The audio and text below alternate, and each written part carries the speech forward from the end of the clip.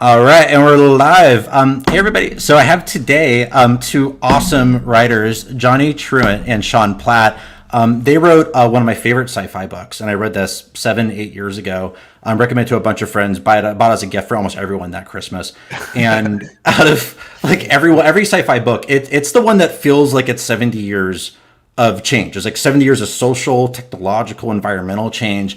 It's really wild, and they have a lot of really unique entrepreneurial ways they go about this stuff. So, I guess like first, like could you guys maybe just talk about a little bit about how you both met as writers? Because this whole idea of co-writers, I feel like you guys do it in a very interesting way. Oh, let me answer that because Sean is collaborative by nature. He's kind of a collaborative polygamist.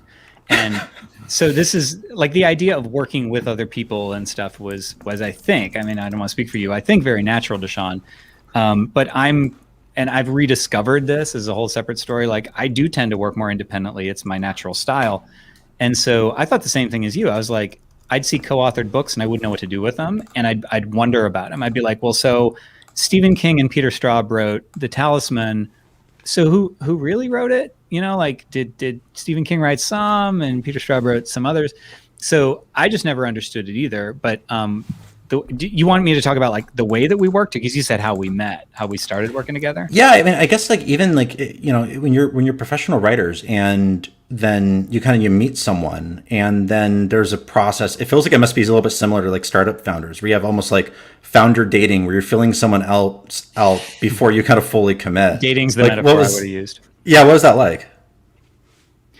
Well, I mean, I can go back to our origin story, which is basically me horning in on Sean and Dave doing the writing in what felt like a very deconstructive, entrepreneurial way, right? So they had this, sideways way to attack the market by doing serials and bundling. And I mean, I don't care about all that, but the point is, I had just, gotten the idea of podcasts in my head, and I said, dude, we need to do a podcast. Like that'll be great. So we started our self-publishing podcast, which is actually just coming to an end now after however many years. Wow. And so that was my way of trying to like learn what they were doing, because I'd always wanted to be a writer, but I was doing it the write-along novel query agents, like I did it in the Stone Ages before Kindle was really a thing. And so once we got to talking and once we were having the podcast every week, it took like, what, Sean, like 6 months before we're like, let's do that idea together, and we decided to give it a shot. Yeah, it was. There were three projects that came really in close succession when we first started writing together, and the first that preceded the Beam was Unicorn Western, which is still one of my favorite things that we've ever done. It's been a while since I've reread it. I'm curious how much I would like it these days, but I really, really love that story. And it was so different, and it was born live on the show, which another one of Johnny's biggest hits, Fat Vampire, was also born on the show, where we were making fun of Dave and saying how the problem with being a vampire is that you're stuck eternally how you are, and Dave's 350 pounds, so that wouldn't be cool. Like if you could never lose the weight. Well, now I want to turn this around, because that could make us seem pretty bad. It was actually Dave saying all these things. It's like on record, right? So like he's making fun of himself, and he's like, I wouldn't be able to catch prey. I wouldn't be able to glamour anyone. They just run away from me. And then Unicorn Western was similar. Yeah, Unicorn Western, he basically said we would never, me, this is before Johnny and I were working together. He told me if I wanted to write a Western, which I did, and still haven't other than the one with unicorns. If I wanted to write a Western someday, I wouldn't do the research. So it wouldn't be good. And he's like, go ahead and write your fucking Western and put a unicorn in it, right? And so Johnny and I did. And it was kind of a lark. We just wrote the first one, which was 25,000 words. But it was really fun, and we wrote another 8 of them. It's like a sneeze, too. So it's just like, we write really fast. So the idea of 25,000 was like zero commitment. It was like, let's just give it a shot. It'll be fun. Well, what did I feel like when the first like sales came in, people started buying it? Because if it's like, it feels almost like a lark or like a joke project, and all of a sudden like sales start coming in. What was that like? I wish that was how it happened, but it's not like a whole bunch of money came in and we were like, this is the right choice. It was more like there were some crickets, a few people liked it, and we were like, let's do it anyway. Well, it was we had back then. It was before there was such a huge glut in self-publishing. There were way fewer people doing it, so the algorithms weren't corrupted. So the same people who listened to our podcast could buy our books, and it didn't hurt us. And so we were talking to a group of people every week who they had heard the birth of this idea. And they knew this was our first project together, so there was some excitement to see what we were doing there. But for the continuation of the project, it was never about sales. Like, that was fun. Like, Johnny and I were learning to write together. So we had that project, and that's because we aren't a profit-driven company. Remember that is the refrain. John used to proudly shout that from the rooftops. Unfortunately, now these days I'm like, fuck that noise.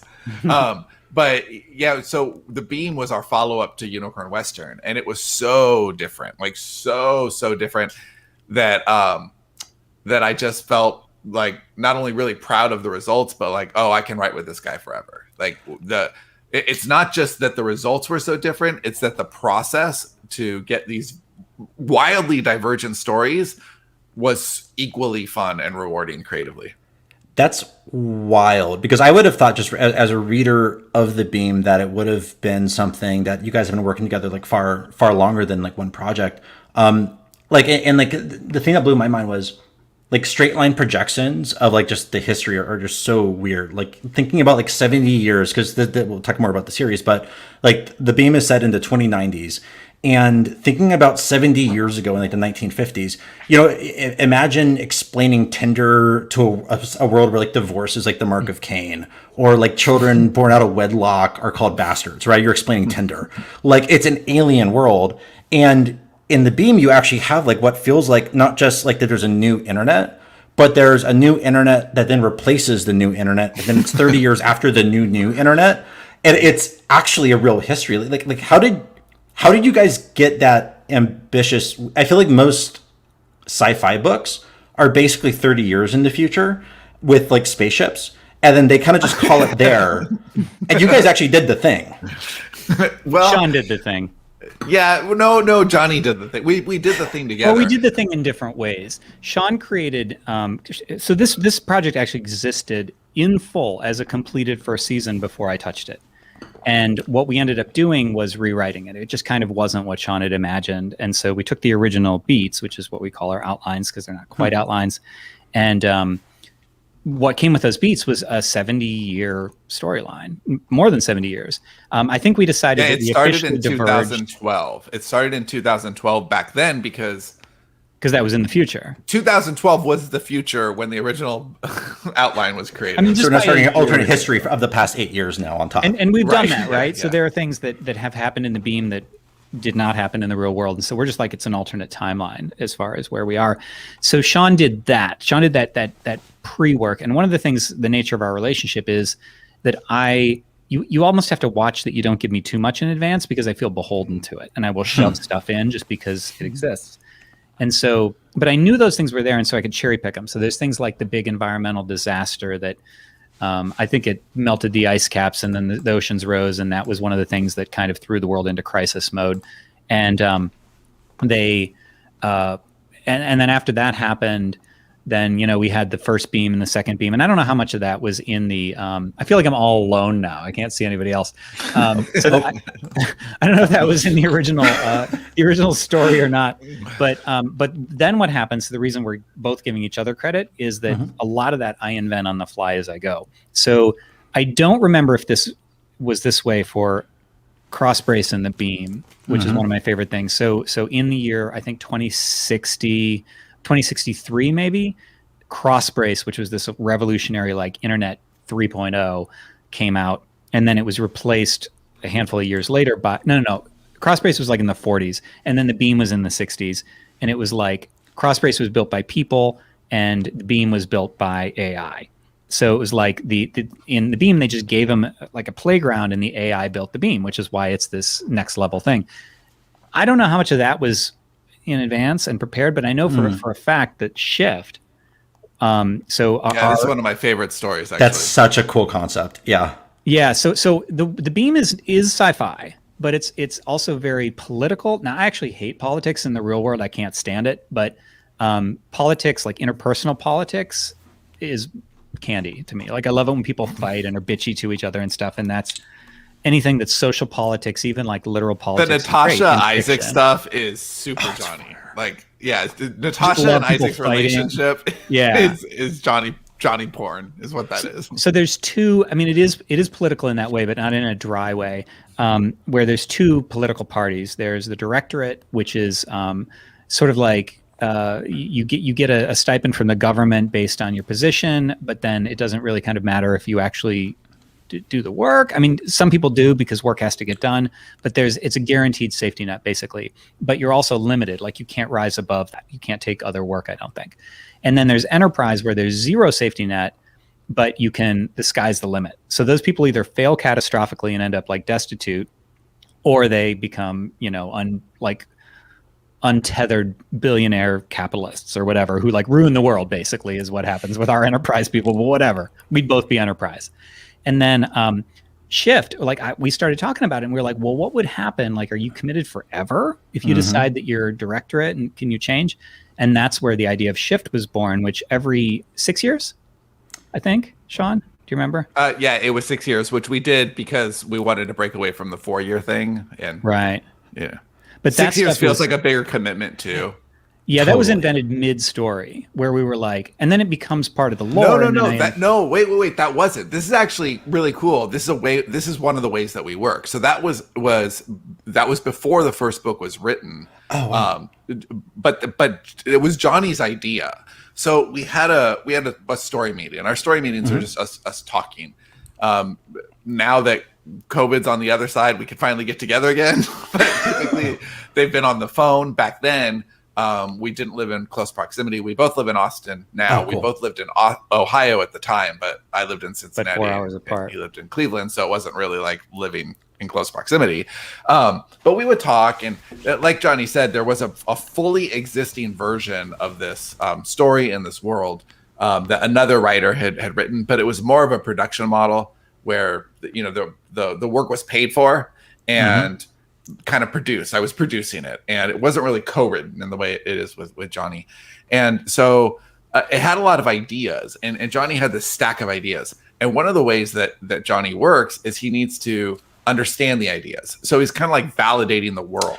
So what he'll do is he'll take some raw ideas and then he'll interview me, essentially. Like, well, how does this work? How does this work? I don't understand this. And shift was something specifically he was trying to get his head around. Or not shift, but enterprise and directorate. So he's like, I like these political systems that you have, but I don't understand. Like, I'm not just going to say, okay, I'm directorate forever or I'm enterprise forever.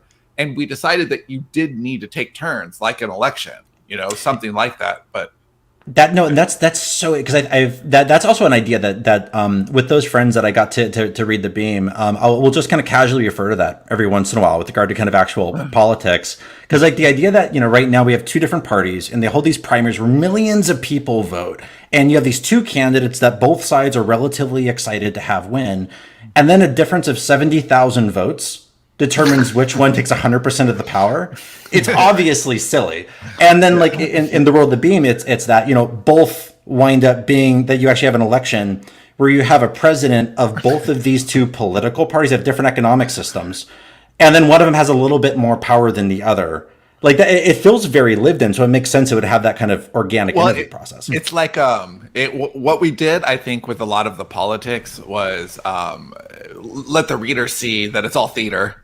It's theater in this world, but it's theater in this world too, right? It's just writing the Beam was a lot less fun this time, specifically because I was like, oh well, now I'm just reporting reality. Like it's no longer inventing anything. Yeah, the difference in the world between season 3 and season 4 in our world for the authors is substantial. One thing that's wild there is that, because it's like it was 2015 when you guys wrote the third season of the Beam, right? So the first one was like 2012ish, and then the most recent Johnny, one. How do you feel that was 6 years ago? I don't know. I like that Colin knows it better than us though, because I don't have any clue. So, and then it's like all of a sudden, like you guys are like writing like season 4 of this, and it's all this time later. So this whole time you probably have readers that are reading this book, and maybe there's comments on social media, there's emails where they're experiencing your work in the moment because they're encountering these ideas for the very first time.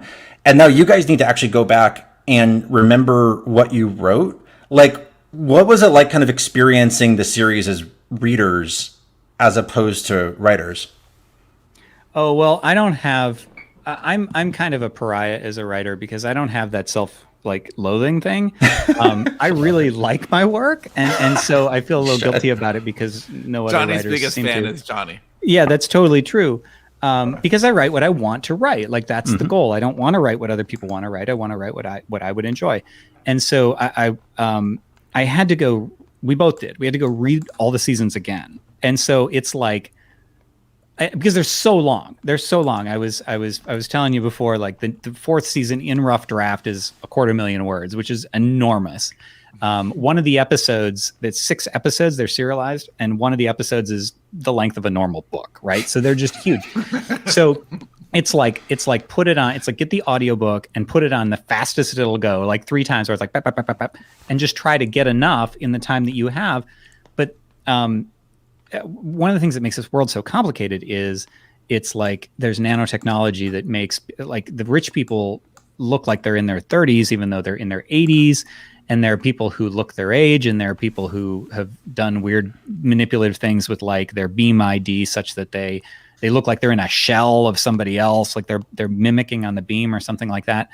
And so remembering all those details was really, really interesting because what I would have said originally is that I had a hard time remembering the details.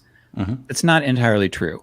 What's true is that at the top of my head, consciously, I have a really hard time remembering the details. But when I'm in the flow, I remember the tiniest details. I don't know if you noticed that as you're editing, Sean, where I'm like, I'm going to throw this in, this guy's name that we saw for 3 seconds in season 2. And it's the same when I write too. Like I get really intimidated. I don't know how I'm going to return to this. I don't know how I'm going to figure some crazy thing out. But yeah, like I mean, creativity works in amazing ways once you kind of start going, and if you can't hit the flow, your brain will take care of the hard stuff. I know, and that comes across when you're reading it. That kind of like lived in detail. And like I remember, there was I think I actually read a series of yours, like the Alien Invasion one, before the beam, and there was a mention of the beam within it as like an Easter egg thing. Oh, and yeah.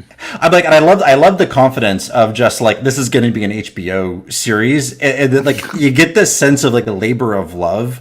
Like, is it that like when you had there was the very first draft and you guys start working on this together, and there is this idea of not just there's a new internet, but the new internet, and then you have the entirely new political system, and then you have this entire global apocalypse that happens and all the ramifications that flow from that. Like, how did you guys? What was the first conversation like? Because I would just imagine that there would be so much to dig in on, and like Johnny, so many questions for you to think through, and then like Sean, for you, like the world building where it's already there. Like, was this like a gardening kind of thing where you were kind of growing what was in that draft, or was it like that you were exploring what the new internet would be like? Like, how did that feel?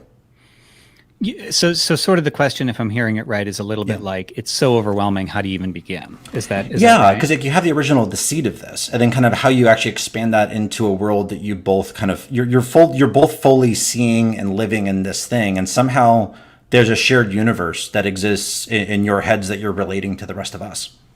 Well, as far as the mechanics of actually starting, one of the things that's true, I think, of most of our work, there's several things here. So the first is that I need a grain of truth, usually substantial grain of truth, to believe the story. So which is why he hates superheroes. All right. Well, I'm not a big fan of superhero movies because I don't believe that the Earth's yellow sun makes somebody able to fly. I don't give a shit where they're from. Like, it just doesn't make sense to me.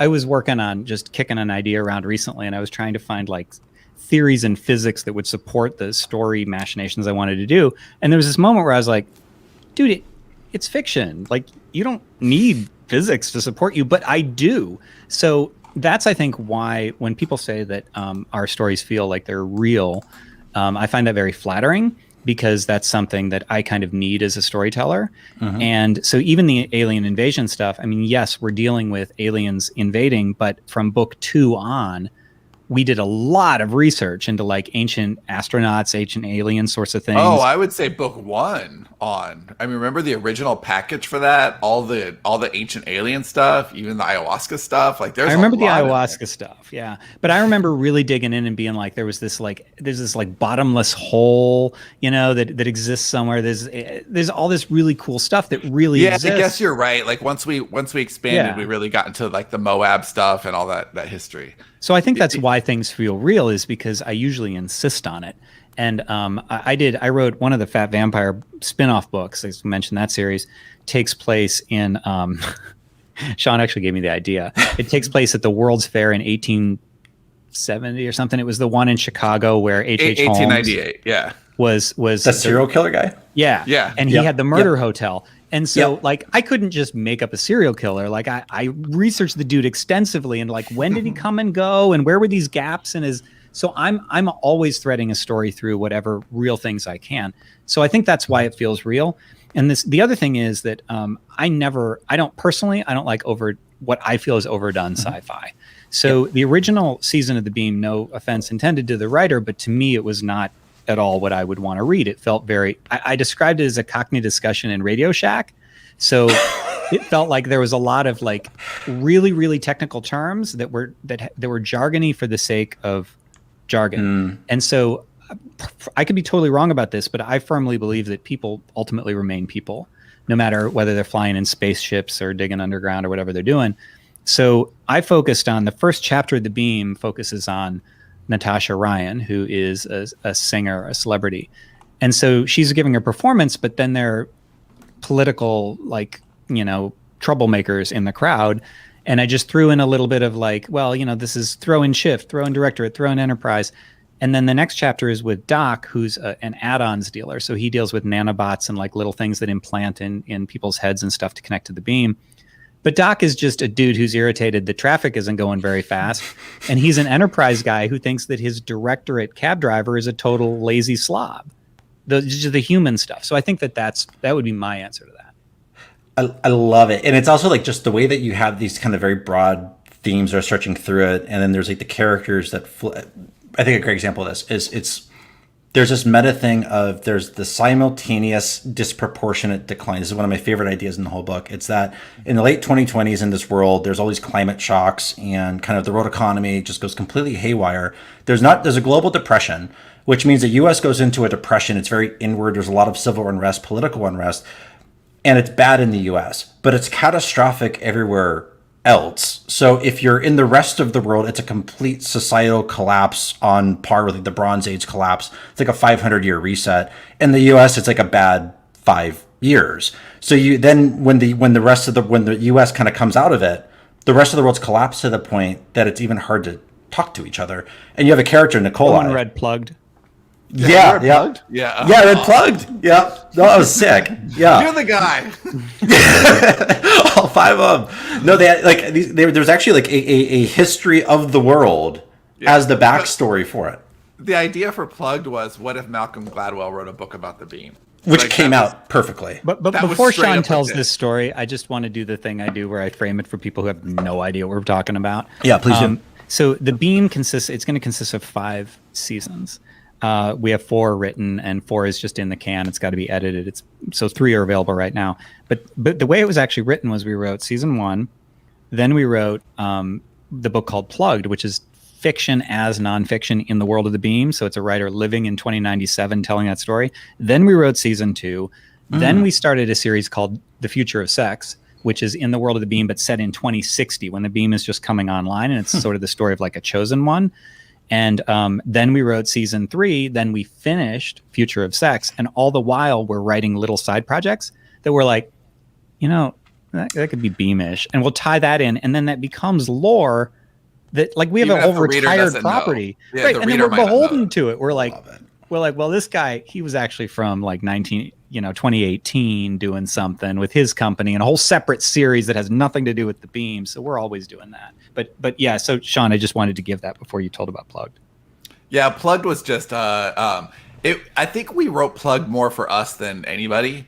I mean, we certainly would always love it if something takes off, but that's never been our primary driver. And actually, at this more mature point in our career, we realize it never will be. Like, we're just wanting to kind of write the things that we want to write. And I think that we have a couple of things to finish up. The Beam is one of them, but we're on like the apex of a brand new kind of way of telling stories, because all these boxes will be closed and we'll be on, and we kind of know who we are as storytellers and as a partnership, and are really ready to do crazy things with that.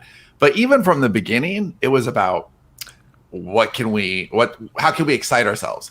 And so Plug was never something that we imagined would sell a shit ton of copies, because you kind of have to be a super fan of the Beam to even care. And how do you even market it? Because our names aren't on it. It's a fake author. The guy's name is Sterling Gibson, who appears later in the Beam, by the way. So we wrote that book. It's a fake nonfiction book called Plugged: How Hyperconnectivity and the Beam Changed the Way We Think. And again, Johnny adopts kind of a Malcolm Gladwell voice, and there's all these stories. Like my favorite one, or the one I remember most fondly, I guess, is Mama Beatrice, where she turns on her doodad after the world has collapsed, and she tells this story about how disaffected they were. They're all just disassociated because they're seeing these atrocities around the world, but looking at it on the phone made it easy to not care. And what's amazing is that this was written in 2013, I think, and so much, like, it feels a little more prophetic now, and that's kind of cool to see how some of that cool and depressing. I was writing as a dystopian thing, and you're like, what, this is real now? Coolest storytellers. I also wrote a pandemic book and then got to continue it after COVID, which is great. You're the whole time you're like, too real. Yes. Yeah, that sucked. So Plug was written in between 1 and 2 because there was a lot about the world that we could start to understand then. Like Johnny did all the calculations for the lattice. Like that's all real math. Yeah. Oh yeah. Wait, no way. That is hardcore. I'll divert on that. So the story is so that what Colin was talking about the rest of the world and the NAU, which is the North American Union. So it's basically the U.S., Canada, and Mexico got together and said, "Fuck all y'all." And because the Wild East, which is the rest of the world, doesn't matter if they're South or like Wild East, that's America for you. Very American. Not us, it's the Wild East. And so we had to put up what is called the Continental Lattice, which is a nanobot supported network that will deflect missiles and that sort of thing if they ever decide to come after us, because we've got everything and they've got nothing. And the lattice, one of the things that our Malcolm Gladwell character, who's called Sterling Gibson, does is he interviews people, about everything throughout the history of the Beam, and he talks to somebody about the lattice.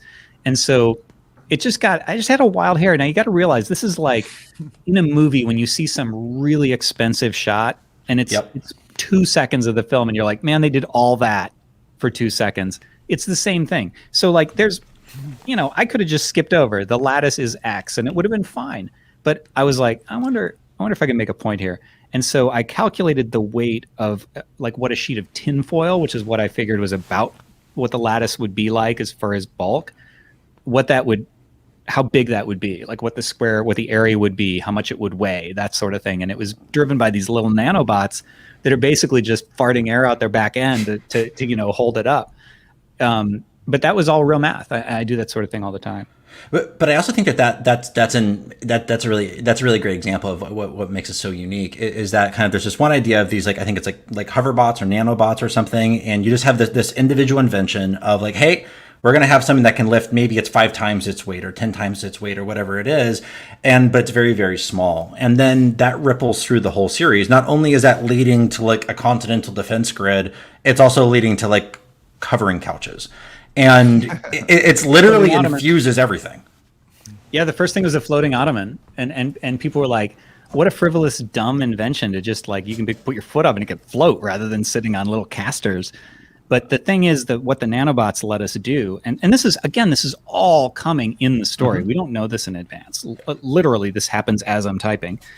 Is the nanobots? The thing that people don't get about nanobots is they're not really just little robots. Like they're mechanically too small to have more than a handful of parts. Like the atoms are too big, right? Like when you get down to that scale. So when people imagine nanobots as being these like super intelligent little things that can like do processing, like, no, there's just not enough stuff there. So unless you're in some sort of weird quantum system where they're multidimensional, which we weren't going to do, we have ours working in a network. So if you have a bunch of nanobots that gain enough intelligence to know where you want your Ottoman, that level of intelligence, they are getting that because they're in a network.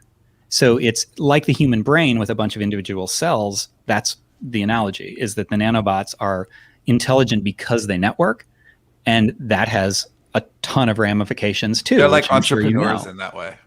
Yeah, exactly. Not always smart in ourselves, but if we combine. Right. And through the chaos, maybe there's like one or two little good micro ideas that come out of like the 15 things that you try. Right. Just ignore the rest of them. What's the like, and like as an example of that, like you have like Nikolai, and then kind of you have like his story, and he's established in the first book, but then Nailbots is coming through you, basically writing your story Bible as a public facing published book. So like to what degree is it like how are you mapping this stuff? Because that's what I just find so interesting, is just this jazz that's going on. We're mapping it in a way that makes Johnny want to cry. And so like I'm really attracted to these big worlds and these big ideas and these sprawling things, but then I don't have to do the draft work. So it's less for me to keep in my head. And so I get all the excitement and none of the heavy lifting. Yeah, it's ideas and interviews, first draft, beginning to end, and then revision and all that stuff. And it can be hard, but I don't think it's comparative to what Johnny has to manage, like to get this done. So like I even pitched a way we could reboot kind of the Beam after season 5 with some different ideas and different characters, and kind of not have to be as beholden to all this before. And he was like, don't talk to me right now. I didn't tell you could talk. It's just like, I've got to finish this. There's too many ideas. So I think that the best thing about the Beam is how big the world is. The worst thing about the Beam is how big the world is. I love it. And then I guess like as an example of it, just so people can kind of picture it, like, that in this, there's kind of the two internets. There's the cross brace that comes in 40s, 50s, whenever that is. And then the Beam, kind of this third internet 20 years after that. The characters in the book, as they're interacting with these things, it also, like as an entrepreneur who does like tech startup stuff, I think it's also, there's something very freeing about to kind of be placed in the future enough that you're looking at the things that are cutting edge now as being an archaic underpinnings from like 70 years before, right? And then it's like, it's not just that that's invalidated, it's that the things that are going to be invented over the next 30 years are also invalidated. And what does that world look like? Like when you picture like as you're living in this world and you're kind of picturing it, if you were to imagine like your day as a writer using kind of your mix of tools right now and your kind of collaboration back and forth right now, like, what do you think that would look like in kind of like the cross brace world, and then like kind of versus it is right now? Like if you're kind of picked like within the world of the Beam, if you're going to put this out like 40 years, like what do you think interacting with computers would look like for you? I'm going to let you do that one, Sean. You're the big idea guy. Well, I don't even know, because I think that collaboration tools are something that, I mean, I'm always going to prefer just a conversation, right? Like, I mean, most of my collaborators don't live near me. Johnny's the only one who lives in Austin, although there seems to be a great migration happening soon. Live, yeah. But Johnny is the only one in the company currently who lives in Austin. And over the last year, we haven't been able to meet more than a couple of times, and it hasn't slowed down our creativity. So I don't think you need any sort of like new age tools or anything like that. I do think that, every once in a while you have like one of these years that skips a few years, right? Where time is just accelerated. And our argument, in the Beam, in the original timeline, was that we had a little pocket of time like that. It started with Spooner putting his base on the moon. And then once his base was on the moon, the world was like, kumbaya, this is really awesome. And there was just an amazing amount of technological innovation. And then we had the disaster and everything was stunted for a while. And then we came back like, wow, and now it's fast. So in the real world, we had COVID. And COVID put just the plunger down on a bunch of stuff, and it made us reevaluate a lot of things. So now there's going to be old technologies that died There's going to be a lot of technologies that are accelerated. I have several entrepreneur friends who basically were like, yeah, my 6-year plan became my 1-year plan because for whatever reason, it had to. And, there was a lot of reinvention there. So I think that one of those things that really accelerated is collaboration tools, right? Zoom went public, like I think in November before the March, collapse, and all of a sudden became just ridiculously profitable in a way that no one quite expected. But that's going to be one of the innovations. Like, I don't know how old StreamYard is, but this kind of tech, is it this new? Is this brand new? I think it's a couple years, but relatively. But there's just so much attention now in this kind of platform. I was talking to a company just a couple of days ago, it's a big tech company, and I was really surprised by how fluid they had an internal video conferencing thing that they had built, and it was so fluid and it worked so well. And I imagine it's an artifact of what happened with COVID. So that's only going to get better, and our ability to be in virtual spaces will only get better. And so I imagine that's going to lead to giant leaps in productivity and creativity and the way that we can all work together.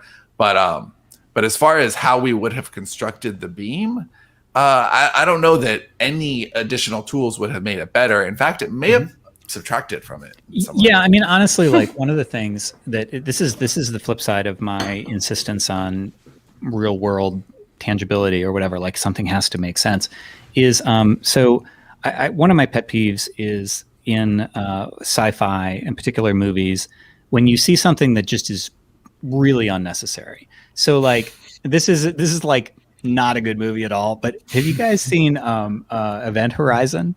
Yes, totally. Okay, I've seen Warhammer prequel. Yep. Right. So like, I mean, I really like that movie, even though it's kind of stupid. But like, Lawrence Fishburne is in a command chair that rides on the ceiling between different positions, and I'm like, what the hell is that about? And it's like, whenever the ship is shaking, it's like rocking back and forth. Like, that's just unnecessary. Why would you do that? And so for the same reason, whenever we're approaching anything in a story, like another one is holography. So like Minority Report, he's sitting down and he's watching videos of his son, which are like fragmented holograms that are kind of barely in front of him. And I'm like, dude, watch a screen until holograms are better. Like, why would you ever do that? Just using something because it's cool and new, even though the old way is still better.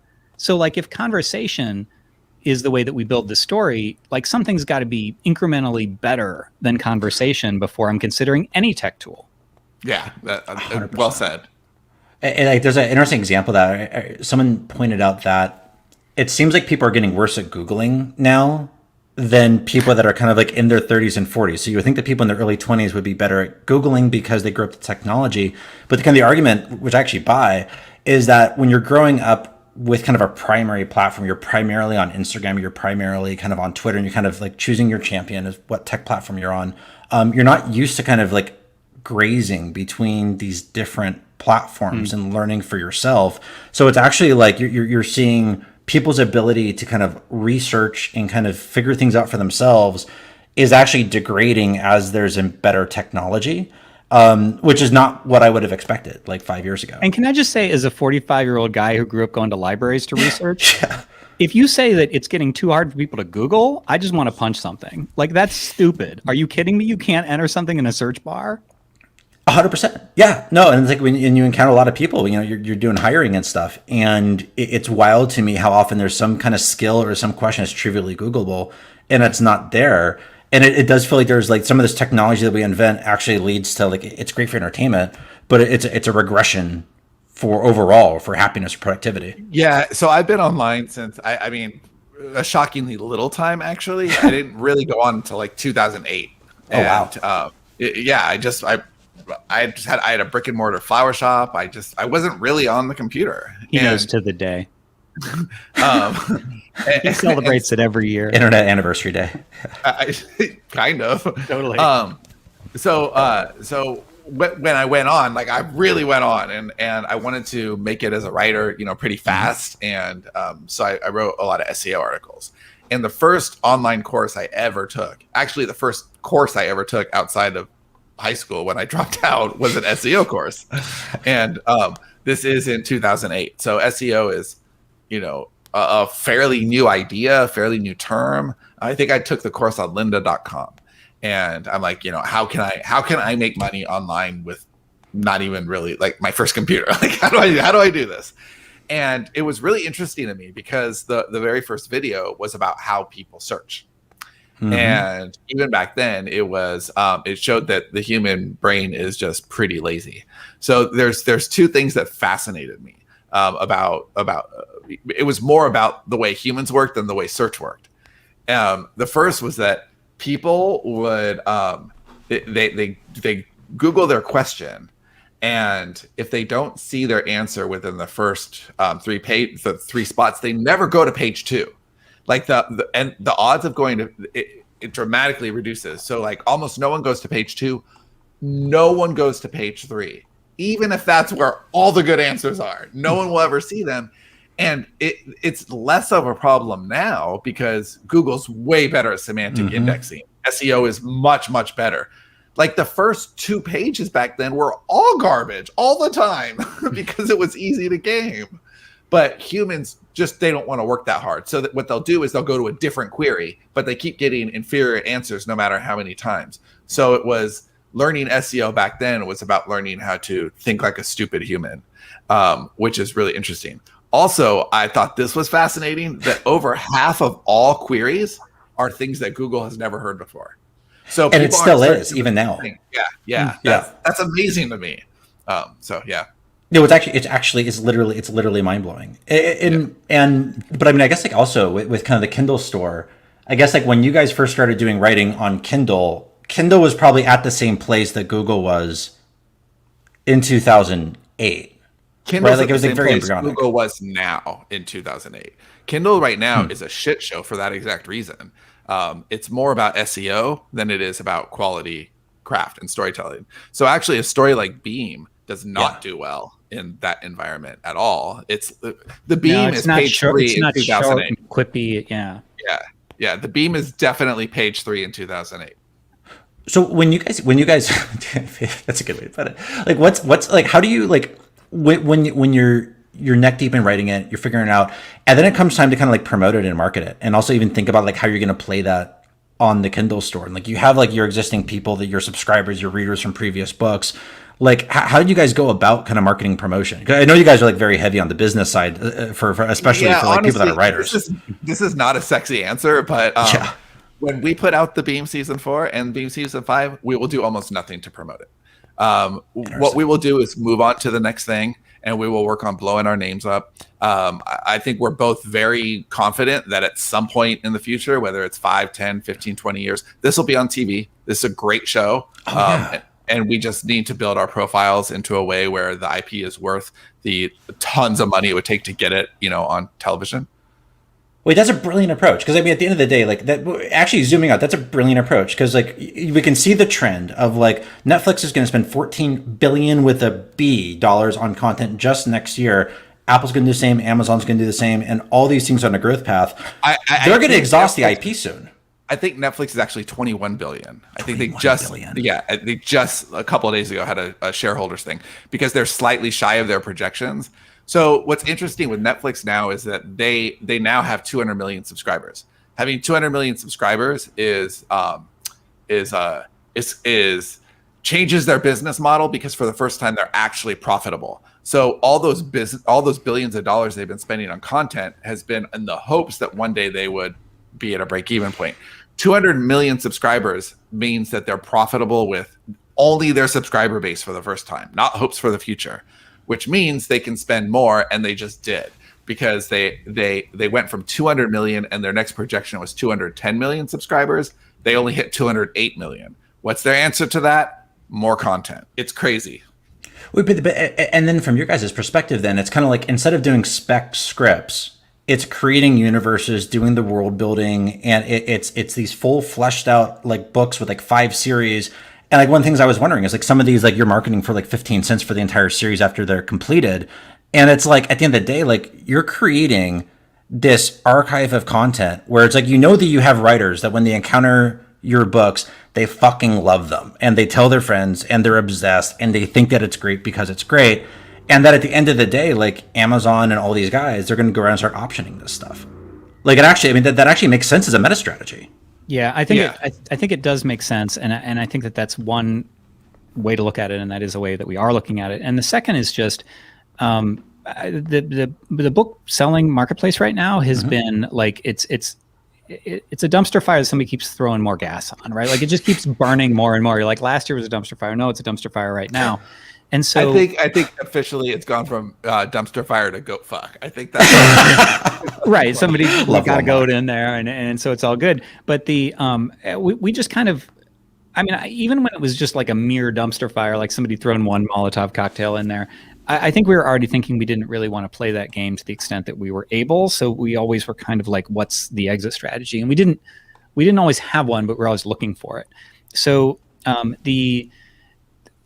so for instance, like last year and the year before, it really became about pay to play in terms of book advertising. So you would have a book, and then what you were trying to do was to hopefully spend less advertising it than you received in royalties, which was not easy to do.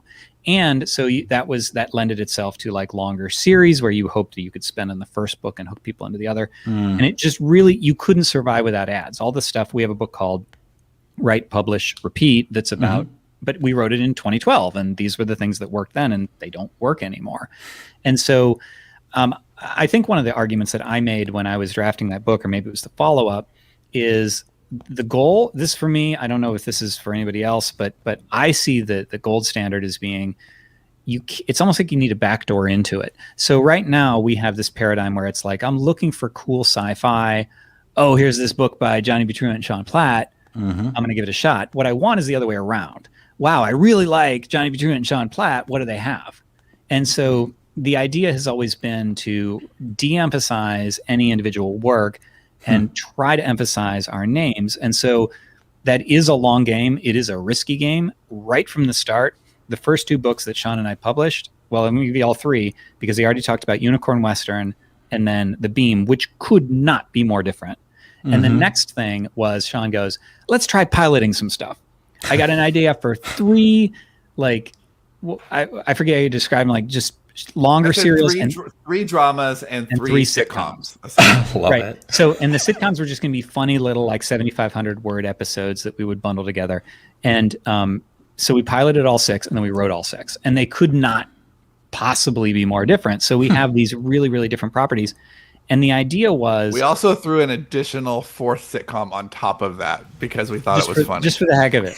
And so like that's not what you do, right? Like what you're supposed to do is you're supposed to go in and you create this, military sci-fi series that becomes your hallmark, and you write that forever. And then if you spin off, you do another military sci-fi series. Maybe you get crazy and do a regular sci-fi series, but you don't diversify. Just a military guy.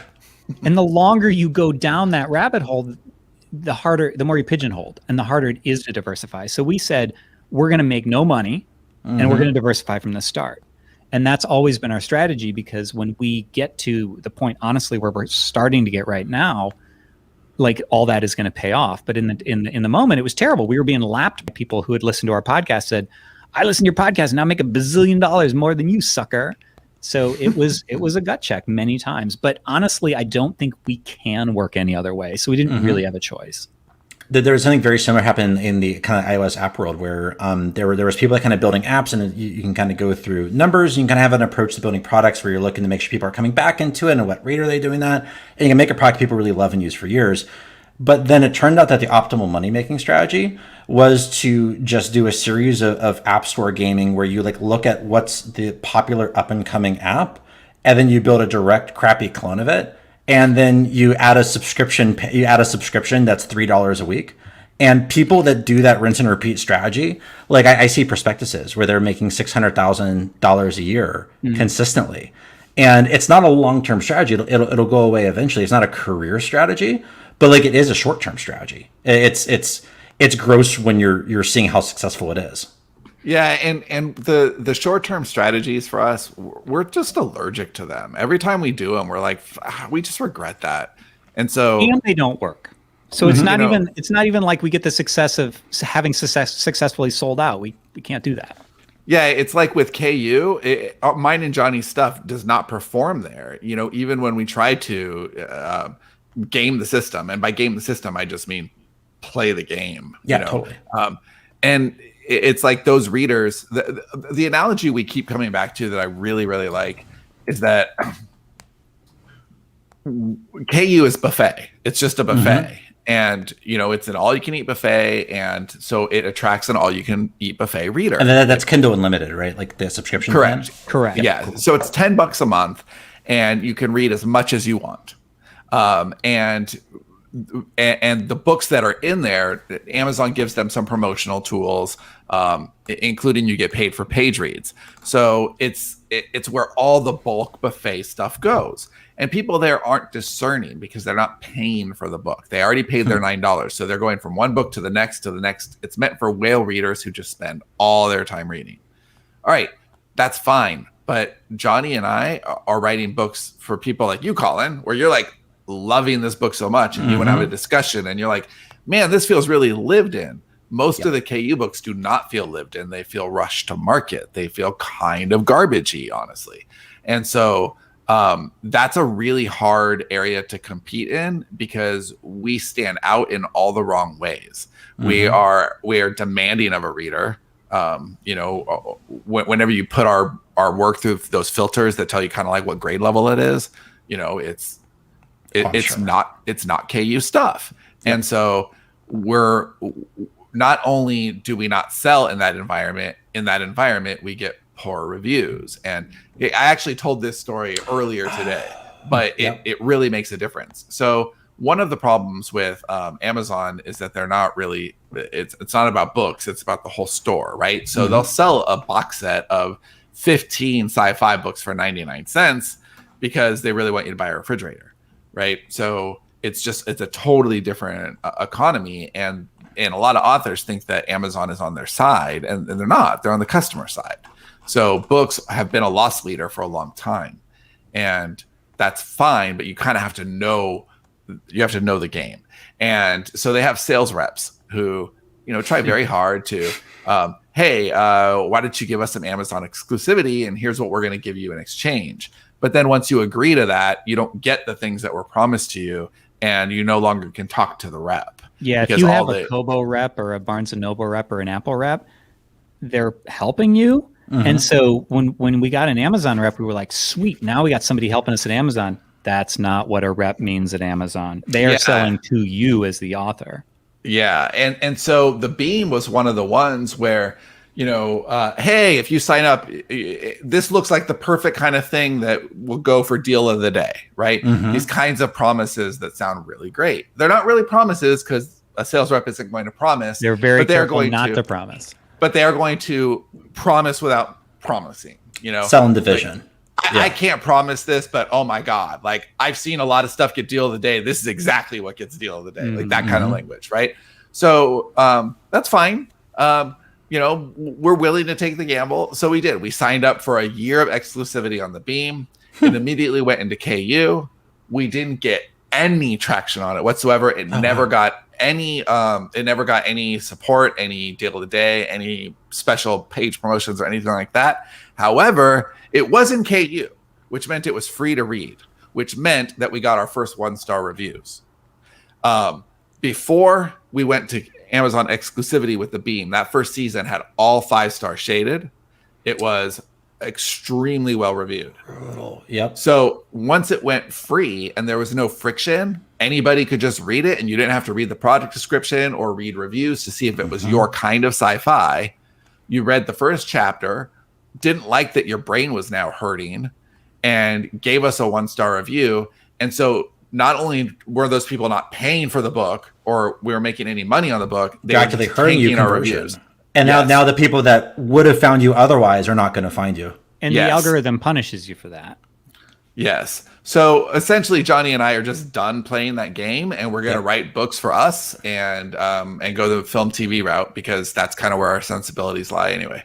No, but it makes so much sense because I think it was Miller World or something where it was like a very small comic book company that Netflix bought just for the IP. Like, were they competitive with a Marvel? No, not even remotely. But they know that when they translate that content into with the budgets that they have available, that Wait, it's going to drive what was that? subscribers. I've never heard of this. Miller Who did World. Miller World. I think the Umbrella Academy thing was one of their titles, so they're already starting to kind of mine that very heavily. Oh, Mark Miller. Okay, got it. Yeah, I know what you mean now. I know what you mean. Like, as writers, like, I mean, do you get from Amazon? Do you get metrics? Do you get some idea of like how far people read into kind of the book, or kind of what retains? Like, how much information do you learn? Oh, we know page reads, so but they don't tell us. Like it's a not total broken number down, of it's page aggregate. reads. Yeah. Yeah, right. You could get that information on like Kobo, I think gives you that information, but they have less than 1% of the market. So it really does feel like a little bit of selling your soul to the devil. Like it is a little Faustian, because like I love Kobo, but Kobo doesn't have a lot of traction, right? I mean, we really tried to play with Kobo a lot, and I would love to play with Kobo, but the problem is like their big hits are Amazon's like splash in the puddle. And so you feel like, and the problem of Amazon right now is that things like Kindle Unlimited, like they're decreasingly good for authors unless you're a standout. And like it used to be, I mean, Sean, I think you've heard some of these stories, so I don't know the details, or even that I'm right. But I feel like some of the bloom is off the rose as far as Kindle is Unlimited is concerned for authors. It used to be like, just like throw something in there and you'd make $1 million. But now it's decreasingly easy, and they've been boiling the frog for as long as Kindle has existed, which means that these people like, well, hold on, it worked 6 months ago, it worked 7 months ago, right? There are ago. people, including us. Our company has spent hundreds of thousands of dollars, trying to figure out the way the ads work and the way it's just not worth it. It is not worth it because it's a race to the bottom, and not only does it become harder and harder and harder to get those new customers. For us, we ended up realizing we don't have the customers we want. We don't have the readers we want. We have people. We want people who have their favorite chefs, and we kept going to the buffet. We're only making buffet food. When you say it like that, I mean, it almost feels like then the future is subscriptions, that kind of subscribing to your favorite authors. I mean, that's have a you huge guys part of the future? Okay. That's a huge part of the future. Yeah. How do you guys think about that for your own part? Like what, and like how, when you think about that for your own audience and your own books, like what do you think kind of a Sterling and Stone like subscription would look like, and how you would make that transition? We actually tried that. We've tried it before. We successfully tried it before. We just didn't really have the right software for it. So we have tried that. We are willing to try that. But for right now, until our name gets a little bit bigger, I think it makes a lot more sense for us to focus on strategic partnerships, which we're in the middle of, sorting that out right now. But getting off the Amazon tit and, onto something more sustainable. And within Sterling and Stone, like Sean's running the business, and I'm a storyteller. So we used to co-run, and that was a mistake, a good one, right? But a mistake. Lesson learned. So my perspective is a little different. Like I literally, the direction that we're headed, just because in terms of like, let's make big IP, let's make big ideas, let's take our time and craft things that the Netflixes and others of the world will want to buy. That just fits my sensibilities anyway. So the idea of like subscription for me is like, that'd be great if that happened. But as far as a creator, like I'm just thinking, I just need to make the best stuff I can. But we could talk about like the way. So The Beam is very far from a comedy, but even so, there's funny moments. It's funny, Doc is funny. There's funny moments. But writing straight comedy. Well, he is like the funniest person to churn into a check midway through a series in human history. Yeah.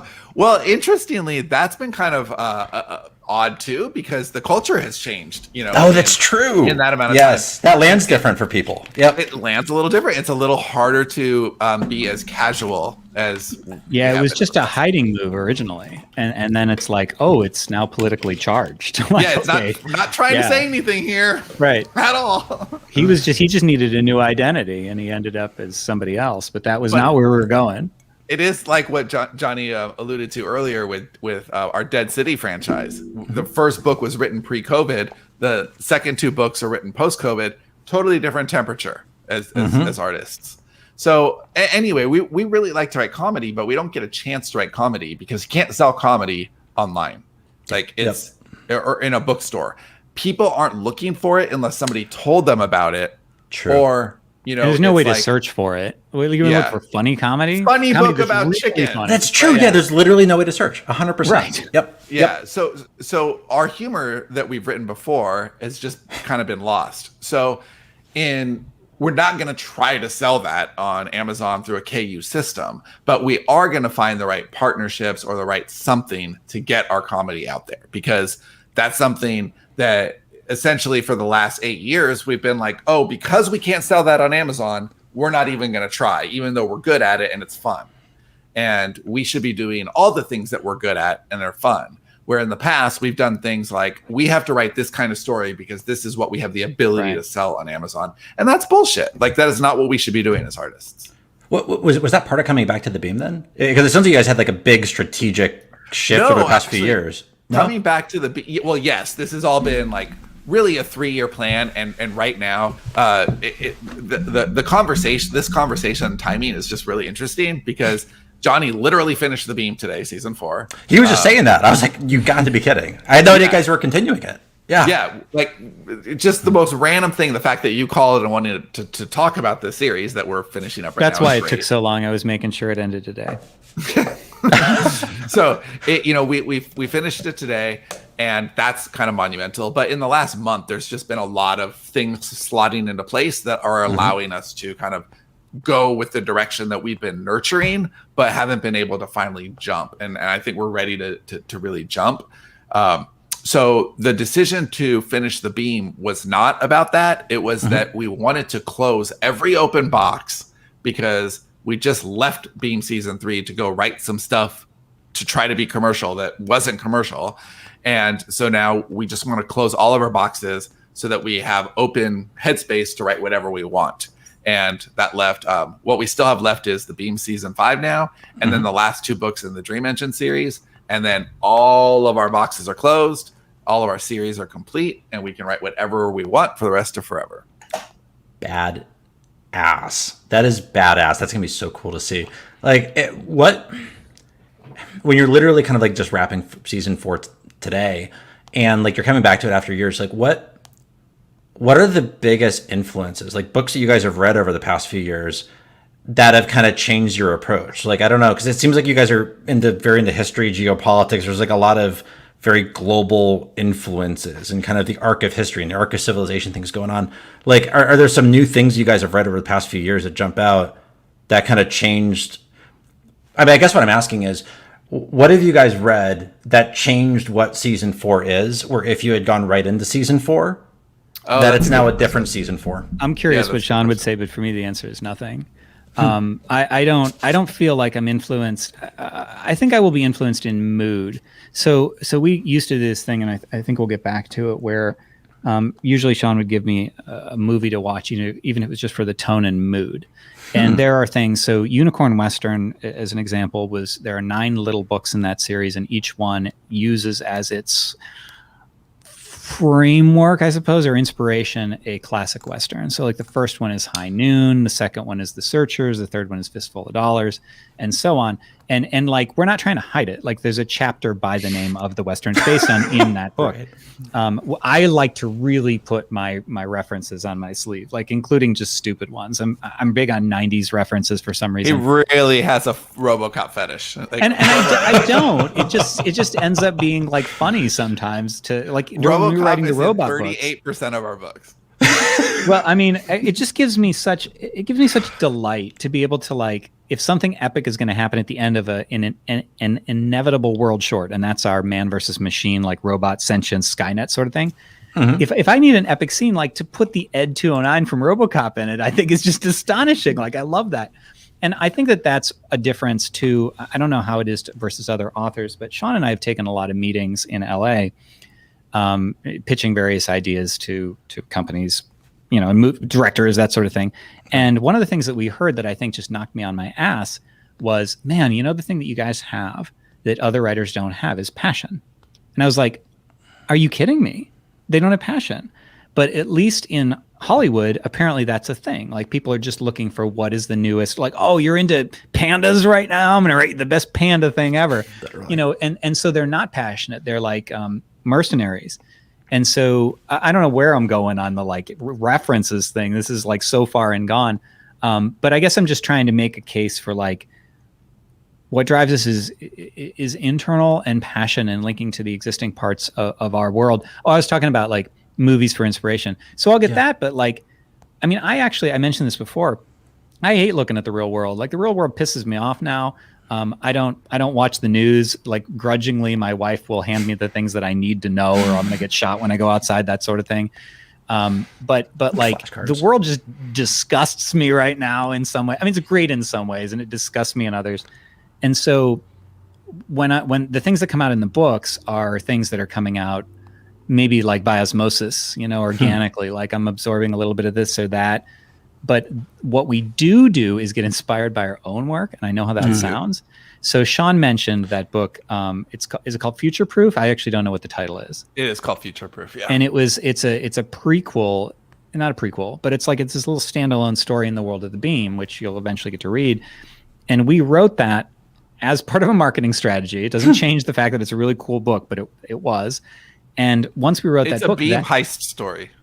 Oh, I love it. Sold. But that became, we needed I'm not going to give away anything here, but like that, we needed something for that story to revolve around.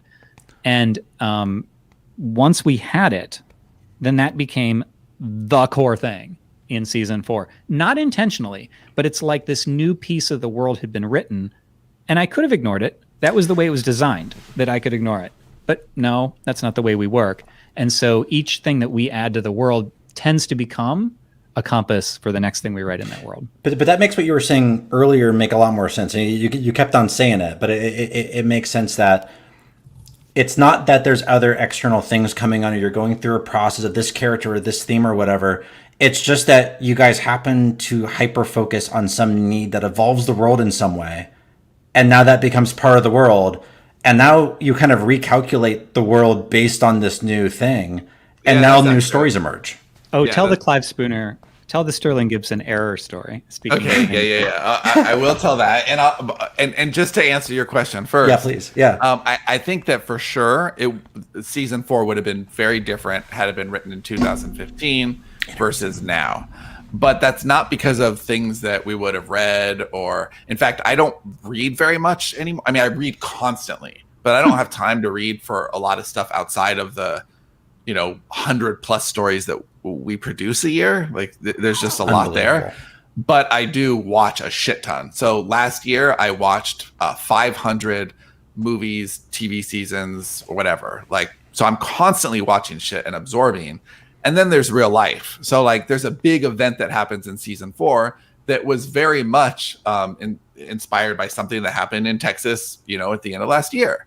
And so I don't remember what it is. Just think about it. Sounds like a beam outage. Right. Yeah. Yes. It was an outage.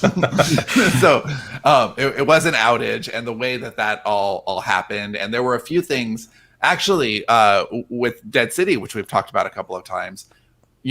We had every intention of finishing that up, and then COVID happened, so we had to reconcile the two. And Johnny at first was like, "I don't want to do this. This is too close to the bone. It's too close. This is the real world. I don't want to write about this shit, And to me, it was like cathartic. It was like, well, we could write about this, and it was just about finding the right framing, because real life does suck if it intrudes in the fiction too much. And the Beam was more fun when it was distant future instead of the shit that we're dealing with. So no, we already had these things in motion, and I'm glad that we're seeing all of our work through, because I think that I don't know. I think that 5 years from now, I think we're just getting started. And to tell that story that I teach, I'll tell it. Yeah. Oh yeah. Yeah. So, because it was based on what you said about recalculating the world, which I think is important, and I've seen it done poorly before, where you like get to a new season of a TV show and they'll do something, and it's all retconning, which is different. A character that was supposedly there that clearly wasn't there, right? Yeah, right. Or the inverse. Poochie died on the way to his home planet. So like if we So just to get this out of the way, like we don't have plans.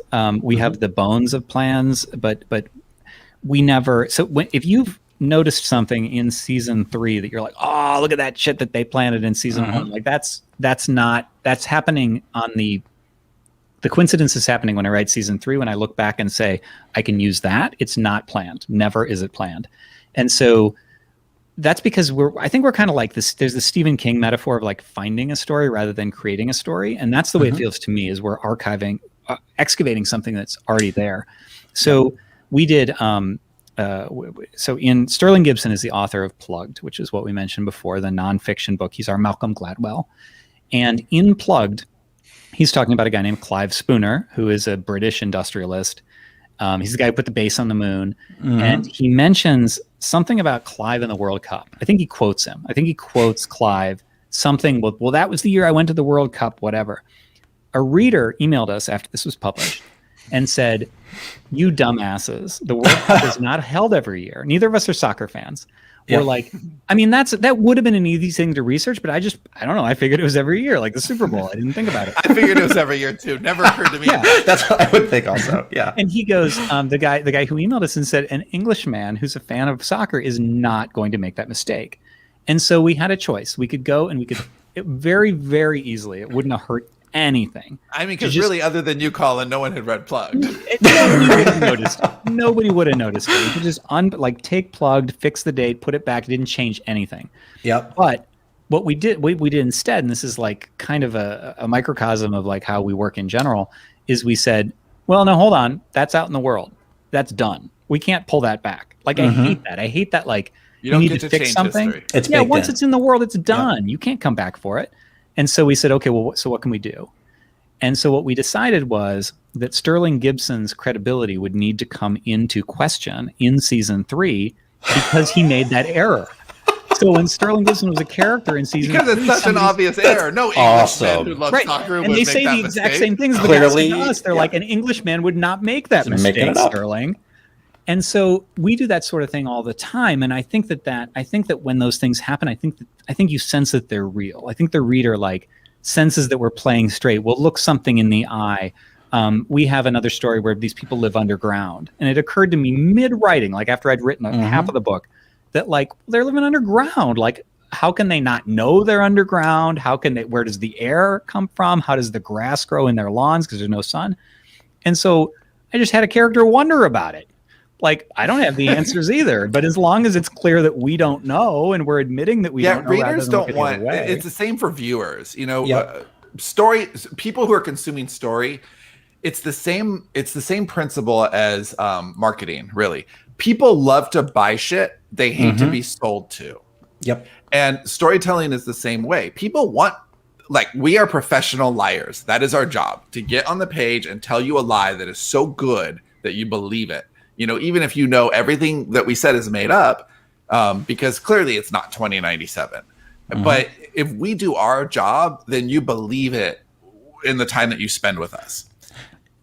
And that goes to Gabe, when you talk about kind of building these things that are like HBO level properties, it's like that's Game of Thrones. Like, the reason people love Game of Thrones is there's that sub level of obsession and backstory interconnectivity where they can finish this one series and there's so much accurate lore, they can go back and do 3 prequel series. And those are all legitimate ideas to put into production. It's the same with what you're building. Yeah, I think that the Beam could have, the only thing limiting on the Beam actually is Johnny's bandwidth and wanting to, how much he wants to play in this versus other stuff.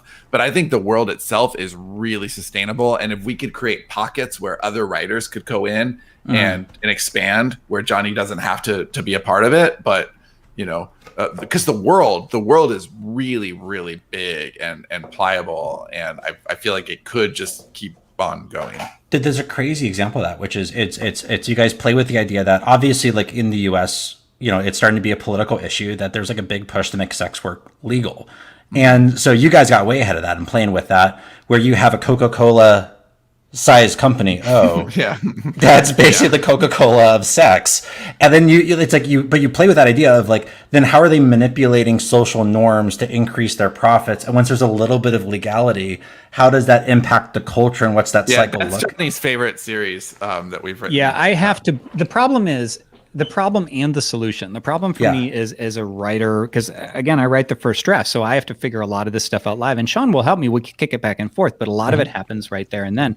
And so, one of the things that makes it so difficult, but I think also makes it so satisfying once I get through the difficulty for the reader, is that I have to believe it. I have to believe it. If you tell me, okay, we have this big sex company, and you can't just give me that. Like in romance, there's like billionaires, and they're all 25-year-old hot cover models. Like, no, I don't believe that. So, in the same vein, if you're ask us how successful our romances were. They weren't romances. They weren't even close. We did a billionaire series, but we justified everybody's company, and guess what? Romance readers don't want to read about the business. They don't give a shit at all. Great backstory, though. Of their characters. But they do. They all had great backstories with businesses that we believed could have generated $1 billion. Here's the mechanics of leverage buyout. Yeah. But I think, and Sean, correct me if I'm wrong, I don't think anything in the future of sex, because that's the series we're talking about. It's the Sideways series. I don't think anything in those beats, maybe there was, but I think I invented a lot of it on the fly, about how O engineered their own success. I don't think. And maybe we talked about it. I think that was a lot plotted out, because was there? Okay. Yeah, because that's actually some of the stuff that's most interesting to me. Yeah, that's true. I could see that. Is how they did this, and how so like one of my favorite things, I think Johnny's even made fun of me, this being one of my favorite things, because I always bring it up, but like there were some specific things that I thought this is how a company would mainstream, right? Certainly the billboards. So I was living in California before we wrote The Beam, but by a couple of years. But it was when they were moving towards marijuana legalization. And I remember all the billboards, and they did such a great job. That was like, they called it wellness, or no, they didn't. That was our trick. We called it wellness. We called it wellness. But I forgot what word they used. It wasn't cannabis. There was another word that they were using in California, and they would have like a school teacher making a muscle, and it would say, "I am the face of whatever." And it just humanized, maybe they used the word medicine. Yeah, I don't remember. You did. I'm remembering that now. I'm remembering like you gave me. It is the sort of thing that I would invent on the fly. So my point stands.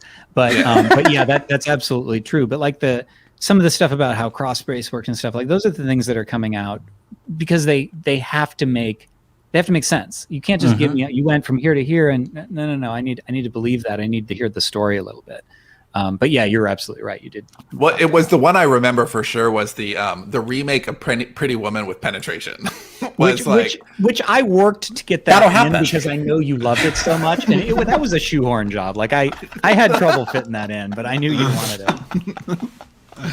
Usually I just do what I want with Sean's beats, but I knew he really liked that idea. I do really like that idea, because you take this movie that just like everybody loves, and I don't even know who owns the rights to that, but the idea that would be surrendered and they could use that actual title and make a remake, that would be something that would push over the edge, 100%. Yeah. And like once it happens one time, then it's normal, and then there's a pay scale associated with it, and there was money behind it. Yeah. Well, a lot of our stories in The Beam is absolutely one of these. They're really about mind control. Like they're really about inception. Because you can't convince, and by the way, that's our job too. So like it's a meta story, like we're trying to incept basically. I think that I don't think you can convince people of anything. Like cognitive dissonance gets in the way. The harder you push, the more likely people are to push harder in the direction they were originally going. But story will do it. And it gets you from the undercarriage up, right? So like that's what this O campaign was meant to do. And that's why so much of the psychological manipulation that happens in The Beam, that's the reason for it, because I don't think you can convince somebody to go toward, pay prostitution's great if they weren't thinking that way already. But if they're using the word wellness, and there's this, school teacher who doesn't look like a streetwalker, and there's campaigns celebrity and cameos. We already have this in real world. What is it? Frank Getz, is that his name? It's this language guy who's, worked to change the way we think about something. So like one thing that he did is he changed the language around from global warming to climate change. Right. Because global Less warming scary. sounds very threatening, and climate change sounds like You can It's adapt. also so easy for people to say, well, it's cold right now. It's not getting warm. Or No Child Left Behind was another one of his, right? yeah. Which is the name of this act. Who could disagree with something called No Child Left Behind? I mean, or his big one. His big one was the death tax. When he changed. I know who you're talking about, the Republican pollster guy. He does the focus groups. I think his name is Frank Letts or Frank Getz or something. Lutz. I read his I read his book, and it is interesting. But it is about how if you change core language to big ideas, you change the ideas themselves. And so death tax, like, we love the idea of like, oh, rich people are dead, let's like use their estate to pay for roads. Like, that's fair. But as soon as we call it the death tax, that just sounds violates gross. how That's we not feel as fair. Americans. Like, I'm dead and you're taxing me? You can't do that, right? So it changes the argument. And it was the same with, going from global warming to climate change reduced the terror. Literally. And Sean, I know you also have like a hard stop in a minute here. Like, first off, I so appreciate you guys doing this. It's like, as you could tell, huge fan of the series. So like, did not expect you were doing season 4. So this is like a serious it's really treat. fun to talk to somebody who loves the work and wants to talk about yeah, the work. dude. Let's If I can drop plugged and FOS and you just roll with it, like that's you have no idea how satisfying that is. I never run into people who've read all those. Love it. This has been so much fun. Before we close up, anything on either just kind of like the beam or just kind of like writing or anything you guys want to close on? I think that when a story really works for me, it's about setups and payoffs and callbacks, which is why I think that our work has so much of that. I think that if you aren't setting something up that's going to come back at the end, you're not going to hook me at all. And when I see movies and read books where like it's just a linear string of things that happen, even if there's great arcs and stuff, I'm not interested. So I'm constantly aware of that and like, what can I plant now that I can come back to later? And then as a reader, I then trust your open threads that the payoff on this is going to be massive, so I'm paying more attention. And I don't think I miss them very often. I don't think I usually set something up as important and then forget it. So yeah, Johnny's a great collaborator in that way, where it's like I can have faith, and that's important. I love it. Sean, anything you want to close on? Just that if you're listening to this and it sounds at all like a curiosity worth scratching, it is. I'm with Johnny. I'm a fan of my work. I like what we do, and I think that the Beam is some of the best that we've ever done, and it's been really, really gratifying to get back into season 4 because it's always been this big world that I love so much, and always felt like we had to kind of keep it at a distance because it didn't really have a lot of commercial potential.